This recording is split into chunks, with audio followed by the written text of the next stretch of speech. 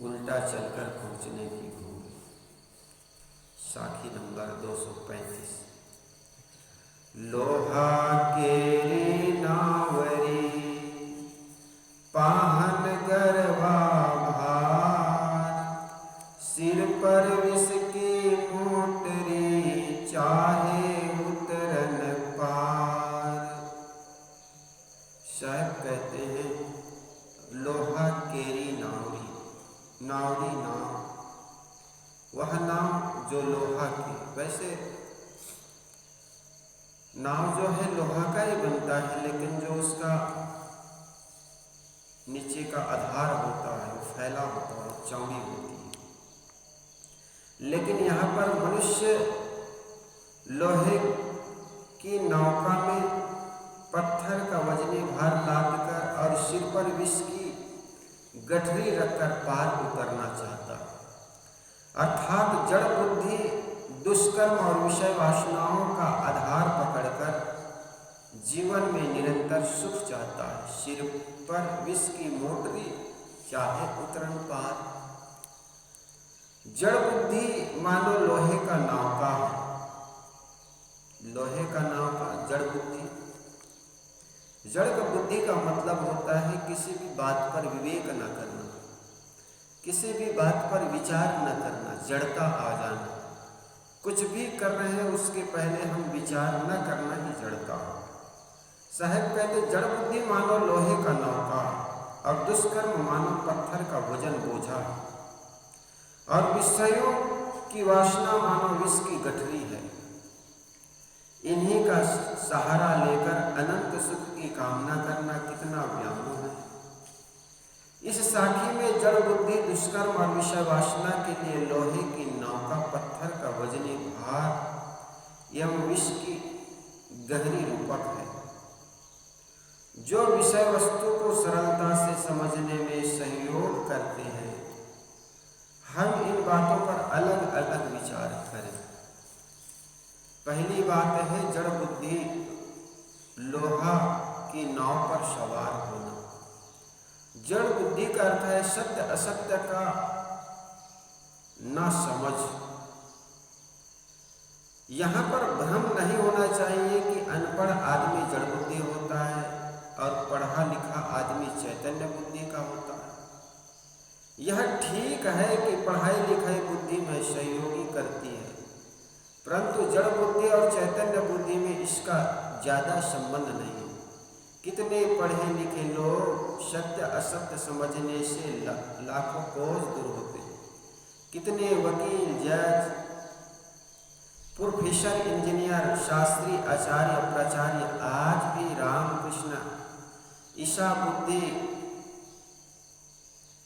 बुद्ध, कबीर, हनुमान के दर्शन करने, उनसे साक्षात मिलने तथा उनसे बात करने का दावा करते हैं।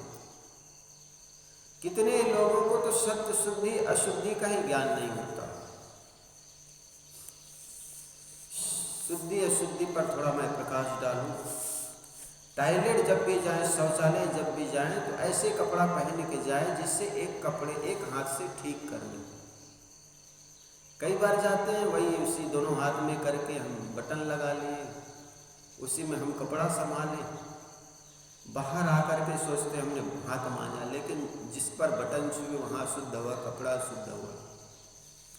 अब कई बार होता है भोजन करने बैठते हैं, वही पर छू छू करके भोजन करते हैं तो सब अशुद्ध हो जाता है।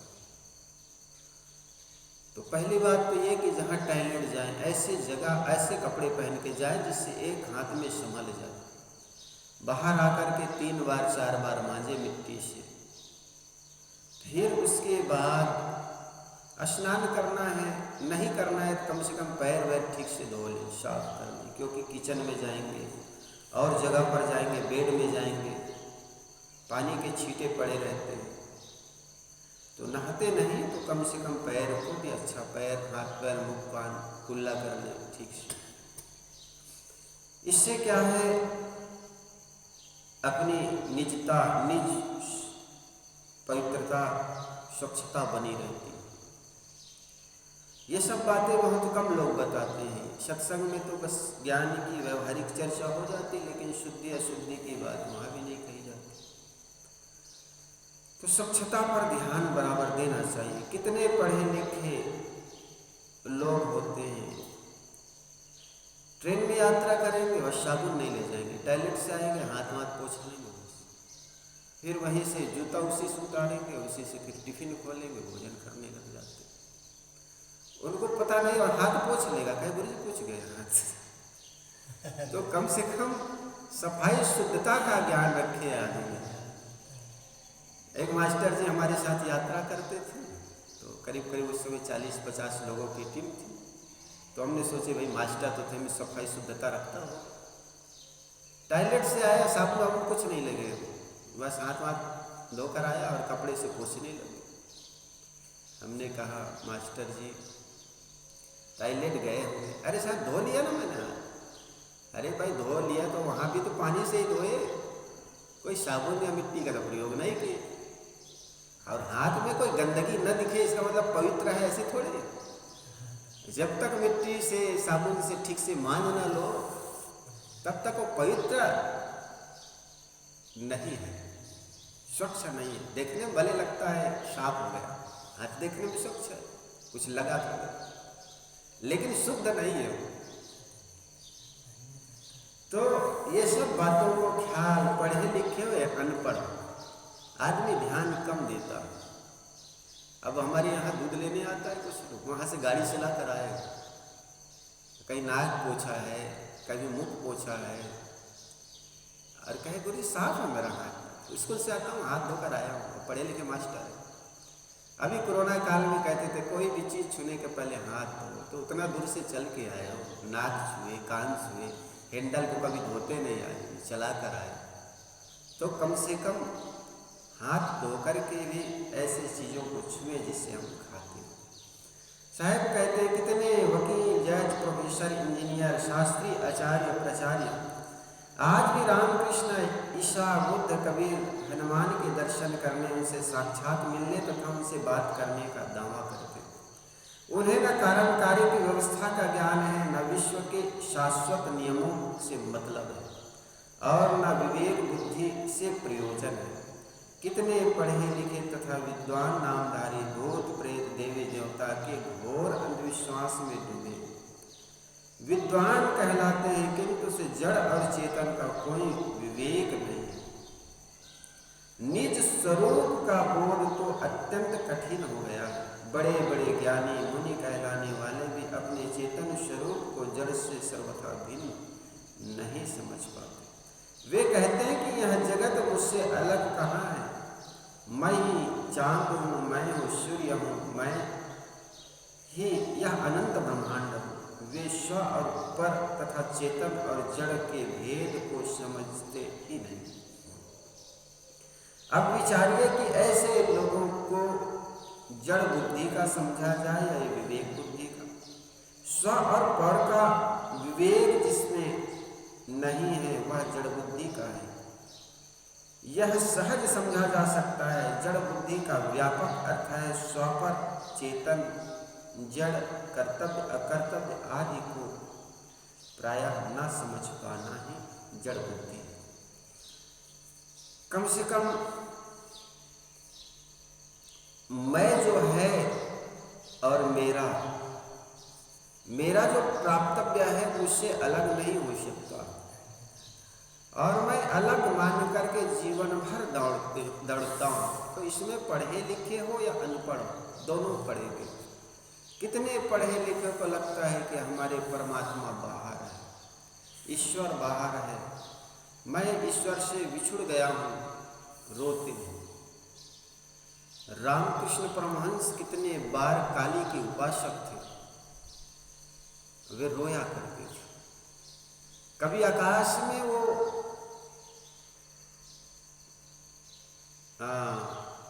जब बदल आता है इंद्रधनुष, उनको देखकर एकदम व्याकुल हो जाते थे। तो सामान्य आदमी की क्या कहना।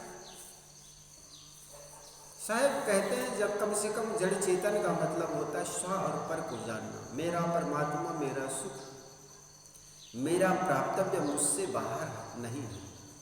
जब जब बाहर मान करके हम दौड़ेंगे, जैसे शास्त्रों में लिखा हुआ है, जिस दिन ईश्वर का दर्शन हो जाएगा आदमी तृप्त हो जाएगा। तो साहब आगे बड़े अच्छी साखी बताए हैं, जब ईश्वर के मात्र दर्शन कर लेने मात्र से कोई तृप्त हो जाता है, सुखी हो जाता है, तो उनके लिए बड़ी अच्छी साखी उन्होंने कहा, कृष्ण समीपी पांडवा गले ही बारे जाए। कृष्ण पांडव के सदा समीप रहा है। 236। कृष्ण सदा पांडवों के समीप थे, लेकिन वे तो सुखी नहीं रहे, बल्कि जीवन भर दुख पाते रहे।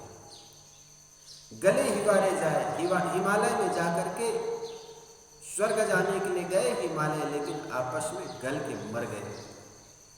अगर भगवान को पा लेने मात्र से कोई स्वर्ग को पा जाता है, मोक्ष को पा जाता है, या परम सुख को उपलब्ध हो जाता है, तो पांडवों को तो कम से कम साक्षात भगवान कृष्ण ने दर्शन दिया और कृष्ण के समीप रहे जीवन भर, तो भी वे स्वर्ग जा रहे थे और हिमालय में गल गए। उनके जीवन को देखो, जरा भी उनको सुख मिला नहीं। तो हम कैसे मान लें कि परमात्मा हमारे बाहर है और मिल जाने पर हम परम सुख हो जाएंगे। हाँ, अगर जिस व्यक्ति को ये ज्ञान हो गया कि मेरा सुख, मेरा परमात्मा कहीं बाहर नहीं, और ऐसे मान करके अपने मन इंद्रियों को समेटना शुरू कर देगा, वो आदमी को दुख किस बात की। बाहर भौतिक चीज तो सबको भोगना पड़ता है, भौतिक दुख तो सबको भोगना पड़ता है, जैसे खाने पीने की, इसके लिए काम करना पड़ेगा, मेहनत करनी पड़ेगा। जिसको जो आप जीवन मुक्त कहते हैं, वो भी समाज के लिए काम करते हैं, कुछ पुस्तक लिखता है, कुछ उपदेश करते हैं, सद्गुण सदाचार का उपदेश करते हैं। क्यों? क्योंकि समाज का वो भी ऋणी है। 2 रोटी जिस व्यक्ति ने दिया, जिस भक्त ने दिया, उसने मेहनत की, काम किया है, और हम उनकी रोटी खा रहे हैं, तो हमारा भी दायित्व बनता है हम 2 सद्गुण सदाचार का उपदेश करें, जिससे उनके जीवन में कुछ प्रकाश आए। तो साहब कहते हैं, लोहा केरी नावरी, जिस व्यक्ति को स्व और पर का बोध नहीं है, समझो वो उस लोहा के नाव में ही सवार हो रहा है। पाहन गरवा भार, पाहन गरवा मतलब पाहन के समान दुष्कर्म करके व्यक्ति चाहता है कि और सिर पर विष की मोटरी, विषय वासनाओं की मोटरी सिर पर रख करके क्या चाहता है, चाहे उतरन पार, भवसागर से उतरना चाहता। ये कभी संभव है? जीवन जितना हो जाए हल्का समझ के लाद लदनिया, नहीं तो टूट जाई है गर्दनिया। जितना लाद के लंबा समय तक, जितने आप लंबी यात्रा करना चाहते हैं, उतने कम समय होगा, उतना ही अच्छी यात्रा होगी, और जितना बोझ लाद के चलोगे उतना ही जल्दी थक जाओगे। इतना ही है, चाहे बाहर की यात्रा हो, चाहे अंदर की यात्रा हो, जो व्यक्ति बहुत सी बातों को लेकर के जीना चाहेगा, ये भी कर ले, वो भी कर ले, तो वो थक जाएगा। इसलिए जीवन जितना हल्का हो सके, जितना मन में निश्चिंतता हो सके, उतना लेकर के चले। पाहन गरवा भार अर्थात दुष्कर्म रूपी पत्थर का बोझ, जिनकी बुद्धि की जड़ता है, उसके सारे आचरण कैसे पवित्र हो सकते?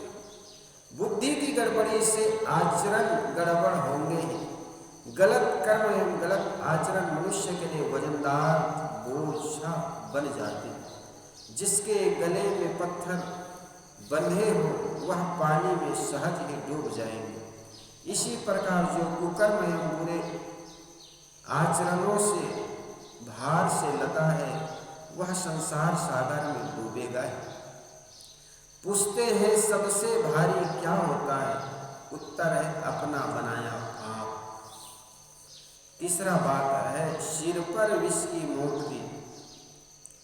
विषय वासना ही जिसके सिर पर नाच रही, अर्थात जिसके दिमाग में विषयों के विष भरे, वह अविनाशी एवं अमृत पद से तो दूर रहता है, उल्टी नरककुंड में गिरता है। उसका विषय वासना ही नरककुंड है। चौथी बात साहब कहते हैं किस पर भी चाहे उतरन पार। ऐसे करके भी आदमी उतरन चाहता है भाव पार। जरा सोचो, वाहन के नाम हो और दुष्कर्म रूपी कर्म कर रहा हो, अर्थात दुष्कर्म रूपी पत्थर का बोझ हो, और मन में विषय वासनाओं को लेकर के जो चलता है और चाहता है कि हम इस दुनिया से तर जाएंगे, यह कैसे दुशानस है। पार क्या उतरा जा सकता है? वस्तुतः पूर्ण प्रसन्नता से जीवन व्यतीत करना, चिरंतन सुख एवं सदा आनंद में रहना पार उतरना है। जब मन में कुछ करने, भोगने, देखने, सुनने तथा जीने मरने की इच्छा नहीं रहती, जब व्यक्ति सब समय पूर्ण काम, आकाम, आप्त काम, निष्काम एवं अखंड तृप्त हो जाता है, तब वह मानव संसार सागर से पार हो जाता है। संसार शरीर में रहते हुए भी जब संसार शरीर से जीव एकदम निष्काम हो जाता है, तब यही उसका संसार सागर से पार हो जाना।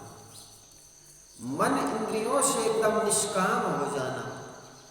जीवन खाते हैं, जीवन जीने के लिए खाना ठीक है, लेकिन जीते हैं अपने को विषय वासनाओं से ऊपर उठाने के लिए, सेवा और स्वाध्याय के लिए, अपने जीवन को साधने के लिए हम खाते हैं, और वो भी निष्काम भावपूर्वक सेवा करने के लिए हमारे जीवन चले, इसके लिए हम खाते हैं। और जीवन किस लिए चले? ताकि साधना कर सके, सेवा कर सके, स्वाध्याय कर सके, जीवन पथ पर मुक्ति के मार्ग पर चल सके, इसलिए हम खाते हैं, ये जरूरी है। लेकिन जो काम करते हैं वो निष्काम भाव, उसे उसके पीछे कोई चाहना ना हो। देखो आदमी मंदिर में जाता है, सकाम भावपूर्वक जाता है, और सकाम भावपूर्वक जाएगा तो वो मंदिर में जाकर प्रार्थना नहीं करेगा, फिर तो वासना ही उड़ेलेगा। वहाँ भी यही कहेगा धन संपत्ति घर आवे, दुख मिटे मन का। किस लिए प्रार्थना हो रही? ताकि घर में धन दौलत आए, और धन दौलत के लिए हम प्रार्थना करते और सोचते हैं हम प्रार्थना कर रहे हैं। वो प्रार्थना थोड़े, वो तो वासना हो। और यही कामना जब मन में है तो वो प्रार्थना कहाँ, वो तो वासना हो गई। और वासना लेकर मन में जाएंगे तो बताओ वासना की पूर्ति किसकी हो पाई? हम चाहते हैं भगवान का दर्शन, तो जो दर्शन करते हैं वो दृश्य होता है, और दृश्य होता है वो छूट जाता है। कल तक हम जो देख देख के आए हैं, छत्तीसगढ़ मध्य प्रदेश की यात्रा करके देख देख के आए हैं, सारे दृश्य छूट गए, और दृश्य छूट ही जाता है। इसलिए सदगुरु कबीर कहते हैं क्या भगवत दर्शन का फल दुख में भटकना है? क्योंकि जो भी देखे वो सब छूट गया, और दृश्य ही को हम मान लिए कि भगवान है तो छूट ही जाएगा। जैसे आगे कृष्ण समीपी पांडवा गले ही वारे जाए, लोहा को पारस मिले तो काहे को काये खाए। साहब कहते कृष्ण समीपी पांडवा, श्री कृष्ण के समीप रहने वाले पांडव, पांचों पांडव स्वर्ग और मोक्ष प्राप्ति के लिए जाकर हिमालय में गल गए, परंतु लोहा को यदि पारस पत्थर मिल जाए तो उसे मैल क्यों खाएगा? लोहा को पारस पत्थर के संपर्क या मिल जाने पर कहा जाता है वो सोना हो जाता है। अर्थात जिसे बोध मिल गया उसे भटकने की क्या जरूरत, और जिसको परमात्मा मिल गया वो हिमालय में जाकर गलेगा कि पतमुक्त हो गया होते। लेकिन लोगों की ऐसी मान्यता, श्री कृष्ण जी को राजनेता और ज्ञानी ही नहीं, पूर्ण ब्रह्म एवं जगतकर्ता मान लिया गया। कहा जाता है कि उन्होंने 700 श्लोकों की गीता अर्जुन को बोध देने में ही कही है। गीता के अनुसार श्री कृष्ण ने अपने विश्वरूप दर्शन भी अर्जुन को दिए। लोग मानते हैं कि परमात्मा के दर्शन पा जाता है वह कृतार्थ हो जाता है, उसे कुछ करना बाकी नहीं रहता। पांचों पांडवों तो परमात्मा कृष्ण के सहचर ही थे। आश्चर्य होता है कि इतना होने पर भी उनके दुख नहीं छूटे थे। महाभारत पढ़ो तो गीता का पूर्ण ज्ञान पाने के बाद भी अर्जुन सहित पांचों पांडव हिमालय में गल कर स्वर्ग जाने का उपक्रम करते हैं। वह भी हिम में गलकर केवल स्वर्ग पाने की बात है, मोक्ष की नहीं। मरने के बाद क्या हुआ था इसका चक्कर छोड़ दे, पांडवों की जीते जी क्या हुई थी इसे महाभारत पढ़कर जाना जा सकता है। तथा कथित विश्व वंदनीय श्री कृष्ण ने साथ रहकर भी पांडवों का पूरा जीवन कंटकाकीर्ण था। पांडवों के देखते देखते उनकी पत्नी को भरी सभा में निरोस्त करके अपमानित करना, पांडवों का नगर में निकाला जाना, उनका मृगछाल पहनकर घोर जंगल में 12 वर्ष भटकते हुए नाना कष्ट भोगना, 1 वर्ष का अज्ञातवास करते हुए नाना कष्ट उठाना, नगर में आकर राज्य वापस न पाना, कौरवों से भीषण युद्ध करना, पितामह एवं गुरुजनों को छल छद्म से मारना, उनके बाद अवशेष जीवन परिवार विनाश में अनुताप में रोते रहना और अंत में हिमालय में गलकर मरना, यही है पांडवों को भागवत दर्शन एवं भगवान के साथ जीवन रहने का फल। भगवान दर्शन से परम शांति एवं परमानंद की प्राप्ति की बात का पांडवों को जीवन में कहीं पता नहीं चलता। श्री कृष्ण महाराज एक राजनीतिज्ञ, वीर योद्धा और ज्ञानी थे। उनको परमात्मा तो लेखकों ने बना दिया। इस प्रकार लोगों की जो मान्यता है उस पर साहेब एक प्रश्न चिन्ह लगाते हैं कि आप कहते परमात्मा के दर्शन कर लेने मात्र से जीवन सुखमय हो जाता है, परम शांति को प्राप्त कर लेते, लेकिन साक्षात भगवान कृष्ण के सानिध्य महाराज अर्जुन जैसे योद्धा जिनको भगवान ने अपना विश्व दर्शन कराया था, गीता सुनाए थे और पांडव समस्त पांडव उनके सामीप्य रह करके जीवन जिए थे, उनको भी कैसा कैसा दुख भोगना पड़ा। तो आप तो केवल मूर्ति का दर्शन करते, उनके मंदिर में ही जाते, हम विचार नहीं करते। इस सब पर विचार करना चाहिए, लेकिन जब तक व्यक्ति को स्व का ज्ञान नहीं है और पर में ही भटकता रहेगा कि मेरा परमात्मा कहीं बाहर है जिसको पाकर मैं तृप्त हो जाऊंगा, उसको तृप्ति कहीं मिलने वाली है नहीं। इसलिए हमें अंतर्मुखी होनी चाहिए।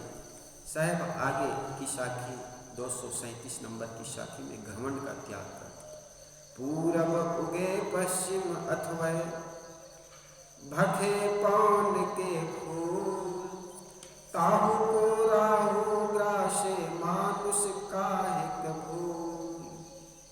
साहब कहते देखो पूर्व में सूरज उगता है और पश्चिम में जाकर के डूब जाता है। आज भी वैज्ञानिकता को न समझने के कारण हम यही मानते हैं कि सूरज उगता है, सूरज डूबता है, लेकिन सूरज न उगता है न सूरज डूबता है, बल्कि पृथ्वी सूर्य का चक्कर लगा रही है और पृथ्वी के जिस भाग में सूरज पड़ता है उधर दिन पड़ता है, दिन होता है और सूरज के जिस भाग के विपरीत होता है वो क्षेत्र में रात्रि हो जाती है। तो इसमें सूरज उगता और डूबता कहाँ है? सूरज तो सदा उगा हुआ है, लेकिन पृथ्वी अपनी अक्ष पर गोल घूम रहा है। अभी जैसे Sunita Williams ISS international space station पर गई तो पृथ्वी से 400 किलोमीटर दूर पर अंतरराष्ट्रीय स्पेस स्टेशन है जो पृथ्वी के चक्कर लगा रही है और वो 90 मिनट में एक चक्कर लगा लेती है।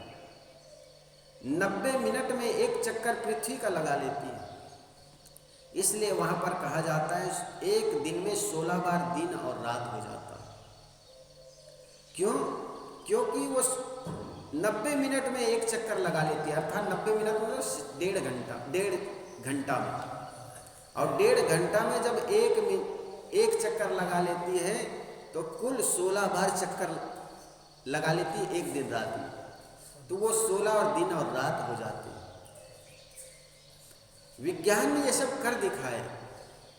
अब ये बात स्पष्ट हो गई कि सूरज डूबता है न तो उगता है, बल्कि पृथ्वी अपने अक्ष पर चक्कर लगा रही है और जिस ओर सूरज का भाग पड़ता है वहाँ दिन रहता है और सूरज के ठीक विपरीत का जो भाग होता है वो रात्रि कहलाता है। साहब यहाँ कहते हैं, एक उदाहरण देते हैं, जिस प्रकार सूरज पूरब से उगता है और पश्चिम में डूबते हुए दिखाई पड़ते हैं और भखे पवन के फूल क्या खाते हैं?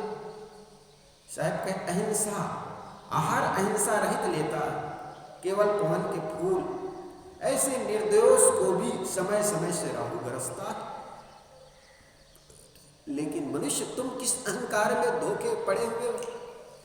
ये मनुष्य के अहंकार पर चोट करते हैं। शायद सूर्य का दिखाई देने का प्रारंभ होना मानो उगना, वह जिस तरफ दिखाई देना शुरू होता है वह पूरब कहलाता है और जिस तरफ डूबता है उसको हम पश्चिम कहते हैं, अर्थात पृथ्वी का आड़ हो जाना उसे पश्चिम कहते हैं।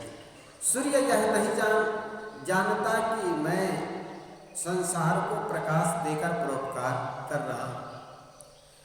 वह हवा का न आहार करता है और न उसे राहु ग्रसता है। यह सब तो एक अलंकारिक कथन है। सार यह है कि जब ऐसे परोपकारी, सामर्थ्य, श्रमशील एवं निरपराध सूर्य भी ग्रहण की चपेट में आ जाता है, तब दूसरे की हानि करने वाले, असमर्थ, आलसी एवं अपराध करने वाले आदमी किस घमंड में भूले हैं। उसका मृत्यु के मुख में जाना तो एकदम सहज है। मनुष्य नाना दुर्बलताओं से घिरा है क्योंकि उसे अपने सामर्थ्य स्वरूप का ज्ञान नहीं है। वह अपने अविनाशी चेतन स्वरूप के विवेक से रहित है और देह ही को अपना स्वरूप मानता है। इसलिए देह अभिमानी बनकर नाना मलिनताओं में लिपटा रहता है। विषयों की मलिनता में लिपटे हुए होने के नाते अनेक आदतों, आसक्तियों एवं दुर्गुण रूपी दुर्बलताओं का शिकार बना है। उनके साथ वह जिस शरीर में रहता है वह अत्यंत क्षणभंगुर है। इसलिए मनुष्य को किसी प्रकार का अहंकार करना उचित नहीं है। उसे चाहिए कि वह विनम्रतापूर्वक अपने आचरण सुधारे और आचरण सुधारकर अपने जीवन को सन्मार्ग में लगाइए। इसलिए अहंकार का त्याग करें। जिस प्रकार सूरज निष्कलुष होते हुए राहु उनको ग्रसित कर लेता, तो आप किस खेत की मूली हो? इसलिए अपने को निरंतर मांझे, अपने को निरंतर धुलाई करें। ऐसे करने से जीवन निर्मल होगा। आगे साहब कहते, नैनन आगे मन वश, पलक पलक कर दौर, तीन लोक मन भूप है साहब कहते मन नेत्रों के आगे बसता है और पलक पलक दौड़ लगाता है। सभी जीवों के ऊपर मन राजा बन बैठा है। तीन लोक मन भूप है, मन पूजा सब ठग। सब जगह पर मन की पूजा हो रही है। जागृत अवस्था में मन की वृत्ति विशेष नेत्रों के सामने ही रहती है। हमारे मन नेत्रों की गति से भी तेज चलता है। जब जब हमारा नेत्र चलता है या इंद्रियां चलती, उसके पहले हमारा मन बसता है, मन चला जाता है। साहब कहते मन जागृत अवस्था में मन की वृत्ति विशेष नेत्रों के सामने ही रहती है। मनुष्य नेत्रों में जो जो देखता है उसी उसी में उसका मन चलता रह जाता है और उसे जो दृश्य ज्यादा प्रिय लगता है उनका मनन करने लगता है। रूप की तरह शब्द विषय भी ज्यादा संवेदनशील होता है। शब्दों को सुनकर मन उसका मनन करता है। मनुष्यों में गंध की आसक्ति ज्यादा नहीं होती। स्पर्श तथा रस ये दो विषय इंद्रियों को छूकर ही मन को संवेदित करते हैं, आंदोलित करते हैं। परंतु रूप और शब्द दूर से ही मनुष्य के मन को प्रभावित करते रहते हैं। एक दृष्टि से देखा जाए तो शब्द विषय का सर्वाधिक व्यापक प्रभाव है। वह ग्रंथों एवं पुस्तकों के रूप में पूरा काल में विद्यमान है, अर्थात साधक और बाधक दोनों प्रकार के शब्द नाना किताबों के द्वारा मनुष्य तक पहुँचते रहते हैं। मनुष्यों के द्वारा सुनकर और स्वयं कहकर शब्दों का ही सर्वत्र आदान प्रदान होता है। इस विषय को प्रकरण के रूप की साखियों की व्याख्या पढ़कर ज्यादा समझा जा सकता है। इस साखी में सद्गुरु ने नेत्र से रूप विषय के संबंध में मन की पलक पलक रमने की बात कही है, जो परम सत्य है। जागृति अवस्था में नेत्र प्रायः हर समय खुले रहते हैं और नेत्रों के सामने जो कुछ दिखाई देता है उसी में मन रमन करता है। दृश्यों में मन जिसे आकर्षित मान लेता है उसमें आसक्त हो जाता है और कहीं कहीं यह नेत्रों की चोट भयंकर होती है। मन अनुकूल स्त्रियों को देखकर पुरुष तथा पुरुष को देखकर स्त्री मोह विवल हो जाते हैं। पतंगे मूढ़ होने से दीपक की ज्योति में चिपक कर मर जाते हैं। परंतु कोई नर और नारी समझदार होकर भी इतने मूढ़ हो जाते हैं कि स्त्री या पुरुष के शरीर के कुछ उभरे और गहरे हाड़ और मांस के आकार, चिपके चाम, बाल और वस्त्र के मोड़ों को देखकर प्रलुब्ध हो जाते हैं। कुछ लोग तो रूप के मोह में इतने मूढ़ हो जाते हैं कि अपरिचित स्त्री या पुरुष के पीछे दीवाने होकर अपमान, लात, जूते और डंडे खाते हैं। स्त्रियां पुरुषों की तरफ आकर्षित होकर ज्यादा अनर्थ नहीं करती है। ज्यादातर पुरुष ही स्त्रियों को देखकर मूढ़ बनते हैं, इसलिए नेत्र संयम की बड़ी आवश्यकता है। सद्गुरु कहते हैं कि स्त्री को घूर कर मत देखो, उनको देखकर उनके शरीर और अंगों की बार बार याद मत करो। इसे घूर कर देखने से तुम्हारे मन में मोह और विषय वासनाओं का विष चढ़ जाएगा और तुम्हारे मन में कुछ गंदी बातें आ जाएगी। मूल वचन इस प्रकार है, नारी निरख न देखिए, निरख न कीजिए गौर, निरखत ही ते विष चढ़े, मन आगे कुछ और। सद्गुरु कहते हैं कि सारे विश्व के प्राणियों के बीच में मानो मन की राज बन गया है और सब जगह सब लोग मन की पूजा में लगे हैं, जिसका खुलासा यह है कि मनुष्य अपने आप को इतना भूल गया है कि मन जिधर बहता है वह उसी तरफ लुढ़क जाता है। संसार के अधिकतम मनुष्य मन के नचाए नाचते हैं। कुछ लोग तो मन के इतने गुलाम हैं कि उनकी अत्यंत दयनीय दशा होती है। परंतु जो इंद्रियां और मन की गुलामी करता है वह पशु से भी गया का आदमी है, और जो मन इंद्रियों पर विजयी है वह महत्वपूर्ण आदमी हो जाता है। मन की गुलामी, मन में जब जब विषय उठे आदमी उसको भोगना चाहता है। एक बीड़ी के जब गुलाम हो जाता है आदमी तो बीड़ी की कितनी गुलामी करता है। चाहे सत्संग में बैठा हो तो भी वो बीड़ी की लत लग गई, चुनुक लग गई, उठ करके ऐसी गंदगी जगह पर ऐसे छुप करके पीता है जहाँ पर अच्छे लोग भी जाना नहीं चाहते। तो विषय वासनाओं के मन के गुलाम आदमी, मन के गुलाम बन करके आदमी मन की पूर्ति में लगा रहता है, इंद्रियों की पूर्ति में लगा रहता है। कितने लोग तंबाकू, गुटखा और सुपारी चाबने की आदत होती है। डॉक्टर कहते हैं देख दांत खराब हो गए, सुपारी मत खाना, तंबाकू मत खाना। कहते हैं मन नहीं मानता, मन के पीछे आदमी पड़ा हुआ है, मन ऐसा करता है, मन वैसा करता है। साहब कहते हैं मन की चलाए कब तक चलोगे, मन के गुलामी कब तक करोगे। मन में जब जब जो जो बातें उठी तब तक मन को पूर्ति करने में लगे रहे। लेकिन जिस दिन समझ में आ गया कि मन की इच्छा की पूर्ति नहीं होती, हम जो खाते हैं वो केवल जीवन गुजारा के लिए होना चाहिए, स्वाद के लिए नहीं होना चाहिए। और जो व्यक्ति स्वाद के लिए खाता है उनका स्वाद की पूर्ति कभी होने वाली नहीं।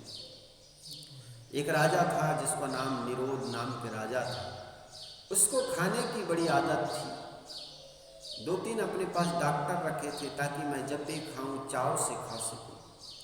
खाने के तत्क्षण बाद घंटा 2 घंटा बाद उसको वमन करा दिए करते थे डॉक्टर, और पुनः वैसे खाते थे। उनको खाने की इतनी लत लग गई थी।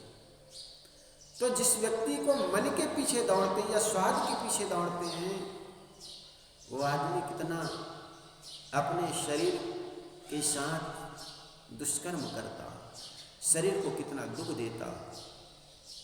शरीर खराब हो गया फिर भी खाना छोड़ता नहीं, चर्बी बढ़ गई, चलते नहीं बनता, 2 जने तो पकड़ के उठाता, तब आदमी खड़ा होता। तो इतना खाने की आसक्ति ना हो, देखने की आसक्ति ना हो, सूंघने की आसक्ति ना हो, बल्कि सहज जीवन गुजारा के लिए खाना चाहिए, देखना चाहिए। चूंकि हमें व्यवहार लेना है, सूंघना, श्वास लेते हैं, इसलिए जीना है इसलिए श्वास लेते हैं।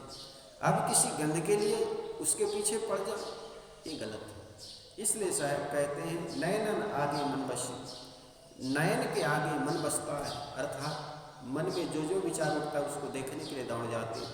पलक पलक करे दौड़, 3 लोक मन धूप है, मन पूजा सठौर। सभी जगहों पर मन राजा बन गया है और मन के ही पूजा में सब लोग लगे हुए, अर्थात मन की इच्छाओं की पूर्ति में ही लोग अधिकतर लगे हुए। तो मन की पूजा नहीं करनी है, मन की इच्छाओं की पूर्ति नहीं करनी है। दुनिया में आवश्यकता की पूर्ति हो सकती है लेकिन इच्छाओं की पूर्ति नहीं होती। ये बात 100% समझ जाना चाहिए, और समझने वाला व्यक्ति अपने मन इच्छाओं की पूर्ति के बजाय केवल आवश्यकताओं की पूर्ति में लगता है। बोलिए सद्गुरुदेव की जय। वंदनीय है गुरुदेव तुमको, वंदनीय है गुरुदेव। काल जाल के फंदा वारे, काल जाल के फंदा